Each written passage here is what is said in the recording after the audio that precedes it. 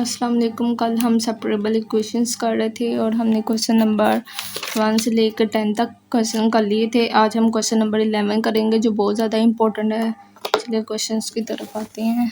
Question number 11 ये हमें उन्होंने क्वेश्चन दिया हुआ है। सबसे पहले हमने सेपरेट द वेरिएबल्स कर लेने हैं। एक्स वाली को अलग कर लेना है और वाई वाले को अलग कर लेना है। उसके बाद हमने इन दोनों में से y कॉमन लिया है तो अंदर वाई स्क्वायर प्लस 2 रह गया है और ये वाला इस तरह और इसमें से भी x कॉमन लिया है। सबसे पहले हमने इन दोनों को पार्शियल फ्रैक्शन से सॉल्व करना है। इसको मैंने क्वेश्चन का 1 का नेम दे दिया है। First we take partial equation से सॉल्व करेंगे। सबसे पहले हम इसको ले लेते हैं।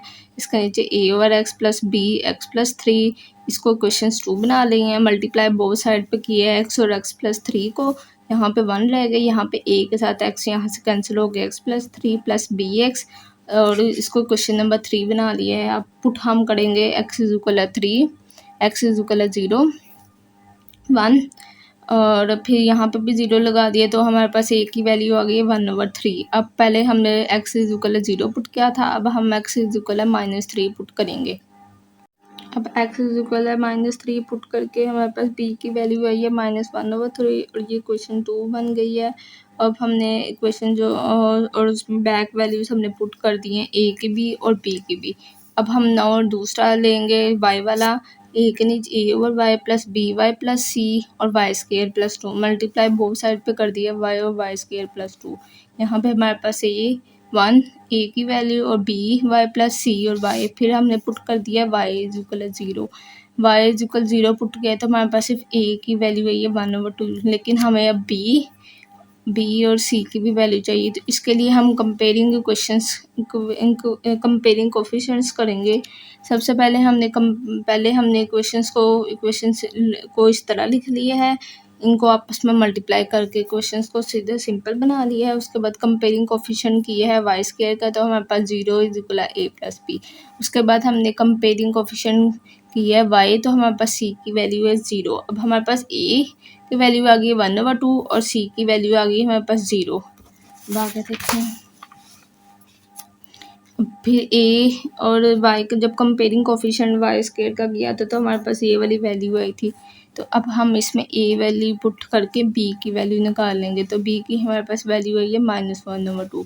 अब हमने क्वेश्चंस में जो वैल्यूज़ बाकी a b और c की हमारे पास जो वैल्यू आई थी पीछे 0, अब हमने उस क्वेश्चन में वापस पुट कर दिया है और हमारे पास ये देखें y का ये वाले y और 1/y वाई स्क्वायर प्लस 2 की वैल्यू ये आ गई है a और b और c की वैल्यू पुट करके। अब हमने x वाले की भी वैल्यू निकाल ली है इंटीग्रेशन और y वाले की भी निकाली है। अब हम इन दोनों की वैल्यू पुट कर दी है क्वेश्चन 4 और 7 की। इन क्वेश्चन 1 देखें हमारे पास इक्वेशन 7 थी वो ये वाली थी और हमारे पास क्वेश्चन 4 है हमारे पास ये वाली है। अब हमने इसकी वैल्यू पुट कर दी है इक्वेशन 1 में यानी कि इसमें ये इसकी भी वैल्यू पुट करी है और इसकी भी वैल्यू पुट कर दी है। अब हम इंटीग्रेशन लेंगे बोथ साइड्स पे। देखें इसकी भी वैल्यू पुट कर दी है और इसकी भी कर दी है। अब इंटीग्रेशन करेंगे 1/2 को हमने बाहर निकाल लिया क्योंकि ये कांस्टेंट था 1/y dy माइनस। अब देखें इसको इस 1/2 बाहर निकाल लिया है और ये अंदर रह गए। यहाँ से भी 1/3 बाहर निकाल लिया है 1/x dx minus 1/3 1/x plus 3 dot dx। अब इस पे ये तो जिस तरह लिखा हुआ है वैसे ही लिखा है हम लोगों ने। अब इस पे हमने देखें नीचे वाले का अगर डेरिवेटिव हम ऊपर बना लें वाई स्क्वायर प्लस 2 का डेरिवेटिव होता है 2y। तो हमारे पास y है लेकिन 2 नहीं है तो 2 से हमने मल्टीप्लाई भी कर दिया और डिवाइड भी कर दिया है।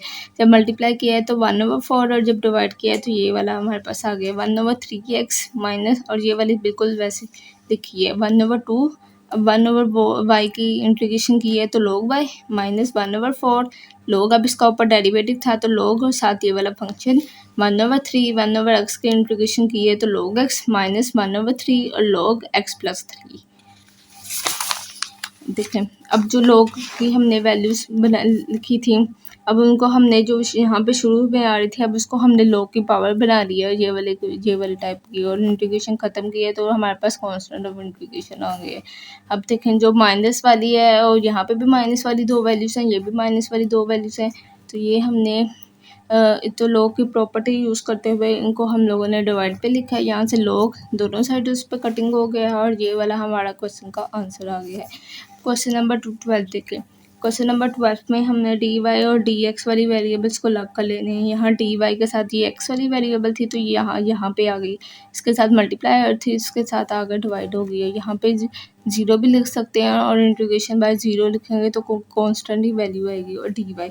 और अब हमने इस पर एक इंटीग्रेशन अप्लाई करनी है तो 1 यहाँ पे 1 है तो 1 की इंटीग्रेशन वाई के रिस्पेक्ट से करेंगे तो वाई आएगा प्लस लोग ये sign x plus cos x इसलिए आया है कि देखें साइन एक्स का जो डेरिवेटिव होता है कोस एक्स और प्लस कोस एक्स का जो डेरिवेटिव होता है माइनस साइन एक्स, इसका डेरिवेटिव ऊपर मौजूद था तो हमने यहाँ पे log sine x plus cos x लिख दिया is equal as constant of integration C. देखें यहाँ पे y log e की वैल्यू हमारे पास 1 नहीं होती है तो हम लोग यहाँ पे log e लगा सकते हैं। आप plus log sin x plus cos x c log e यहाँ पे भी लगा दिए। यहाँ भी log e की वैल्यू 1 नहीं है तो हमारे पास यहाँ पे लगाने से कोई फ़र्क नहीं पड़ रहा इसलिए हम यहाँ पे log e लगा रहे हैं तो log e y। अब ये जो y थी यहाँ पे इसकी पावर बन गई है plus log sin x plus cos x is equal है log e और c भी है यहाँ पे शुरू पे था तो इसकी पावर इसकी log की प्रॉपर्टी यूज़ की है कि जो उसकी जो शुरू में होता है वो log की पावर बन जाती है तो log e और c।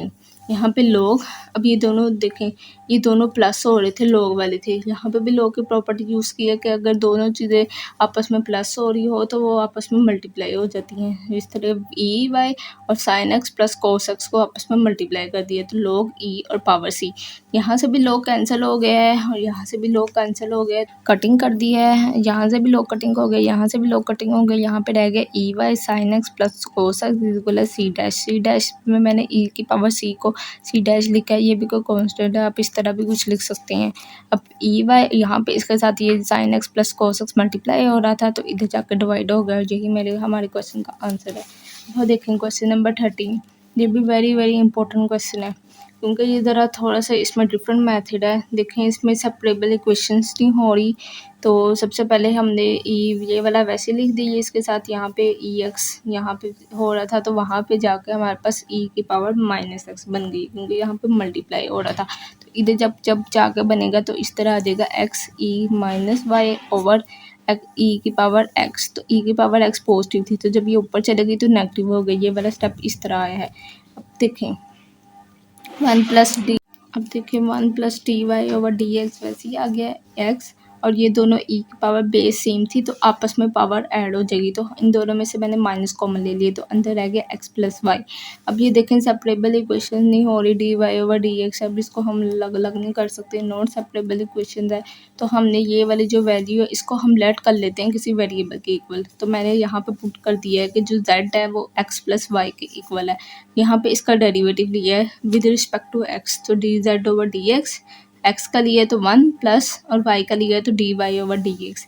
अब डी जेड की हमारे पास ये देखें अब इसमें यहाँ पे वैल्यूज़ पुट कर दी हैं, यहाँ पे लिख लें वैल्यूज़ पुट इन इक्वेशन 1। तो इक्वेशन 1 हम इसको बना लेते हैं। देखें d 1 over d y over d x की हमारे पास क्या वैल्यू है, ये 1 over d y over d x की हमारे पास वैल्यू है ये d z over d x. तो यहाँ पर मैंने d z over d x लिख दिया है, एक्स वैसे के वैसे ही, और ये जो ई की पावर यहाँ पे माइनस और साथ जेड इसलिए आया कि x प्लस वाई को हम लोगों ने z लेट कर लिया था। अब देखें अब इन दोनों पे अब सेपरेबल इक्वेशंस कर सकते हैं, z वाली एक साइड पे कर लें और x वाली एक साइड पे कर लें तो मेरे पास ये वाली इक्वेशंस आ गई है। अब हम दोनों साइडों पे यहाँ पे देखें अब इसकी यहाँ पे दोनों साइडों पे इसकी इंटीग्रेशन कर दी, दोनों साइडों पे अप्लाई कर दी। यहाँ पे ई जेड के इंटीग्रेशन किया है तो ई जेड ही है, एक्स की किया है तो एक्स स्क्वायर प्लस 2 इंटीग्रेशन का साइन खत्म किया है तो प्लस ही। अब वैल्यूज बैक पुट कर दें, जेड की वैल्यू हमने एक्स प्लस वाई पुट की थी तो यहाँ पे आ गया और ये वाला वैसे के वैसे लिखा है। अब यहाँ पे दोनों साइडों पे हम लोगों ने लोग अप्लाई कर दिए, लोग एक साइड पे नहीं लेते, अगर लेना है तो दोनों साइडों पे लोग लेते हैं तो दोनों साइडों पे यहाँ पे मैंने लोग अप्लाई कर लिया है। तो यहाँ पे जो एक्स की प्लस वाई ई की पावर बन रही थी वो शुरू में आ गई है लोग ई एक्स प्लस वाई लोग ई। अब ये वाला इस तरह लिखा है हम लोगों ने, देखें लोग ई की हमारे पास वैल्यू होती है 1 तो यहाँ पे देखें अब एक्स प्लस वाई है, अब यहाँ पे वाई है जगह यहाँ पे प्लस एक्स है तो आगे जाकर देखें आगे आगे जाके ये वाला जो एक्स वहाँ पे प्लस हो रहा था इधर जाकर माइनस हो जाएगा।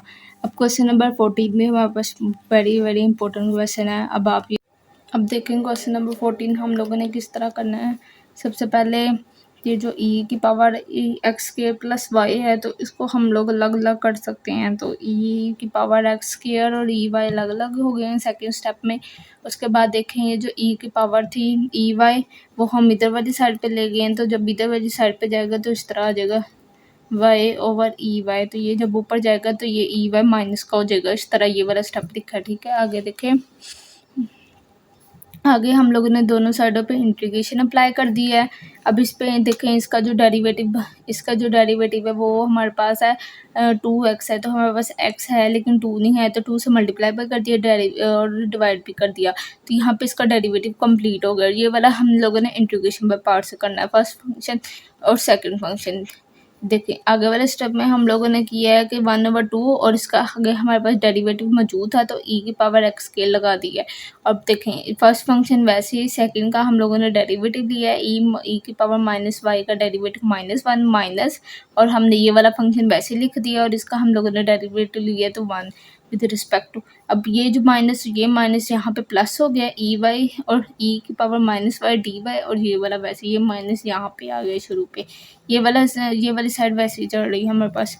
अब देखें अब ये -y ई की पावर -y, अब इसका डेरिवेटिव लिया है तो ई की पावर -y की इंटीग्रेशन की है तो इंटीग्रेशन हमारे पास है -1। अब ये वाला स्टेप वैसे ही। अब ये प्लस ये माइनस और ये प्लस प्लस माइनस माइनस यहाँ पे आ गया और सी। अब जो यहाँ पे 2 डिवाइड हो रहा था,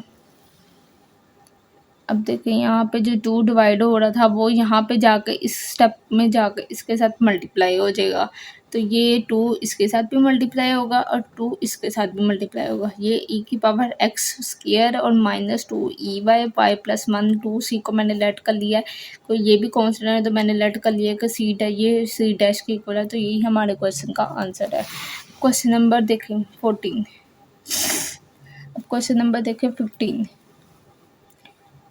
क्वेश्चन नंबर 15 में हम लोगों ने डिवाइडेड बाय बोथ साइड कर दिया है एक्स स्क्वायर कोस वाई को, क्योंकि हम लोगों ने इनको सिंपल बनाना है कि डी एक्स और डी वाई अलग आ जाए, क्योंकि यहाँ पे एक्स और वाई इकट्ठे अलग अलग नहीं हो सकते। यहाँ पे भी ये वाई है और ये साथ इसके एक्स है, तो इसको हम डी एक्स और डी वाई वाली फॉर्म बनाने के लिए हमने एक्स स्क्वायर और कोस वाई से इसको डिवाइड कर दिया बोथ साइड पे। यहाँ पे किया है तो यहाँ पे हमारे पास स्केलर रह गया 2/x प्लस यहाँ पे हमारे पास एक्स के एक्स से कैंसिल हो गए sec y over cos y minus sine y over cos y d y. अब देखें अब 2 यहाँ पे कॉन्स्टेंट था तो बाहर निकाल दिया। यहाँ पे रह गया 1/x dx प्लस ये जब कोस वाई को हम लोगों ने सीकन वाई लिख सकते हैं तो सीकन वाई ऊपर जाकर ये सीकन पहले ही था तो उसकी पावर 2 हो जाएगी माइनस ये tan वाई के इक्वल है।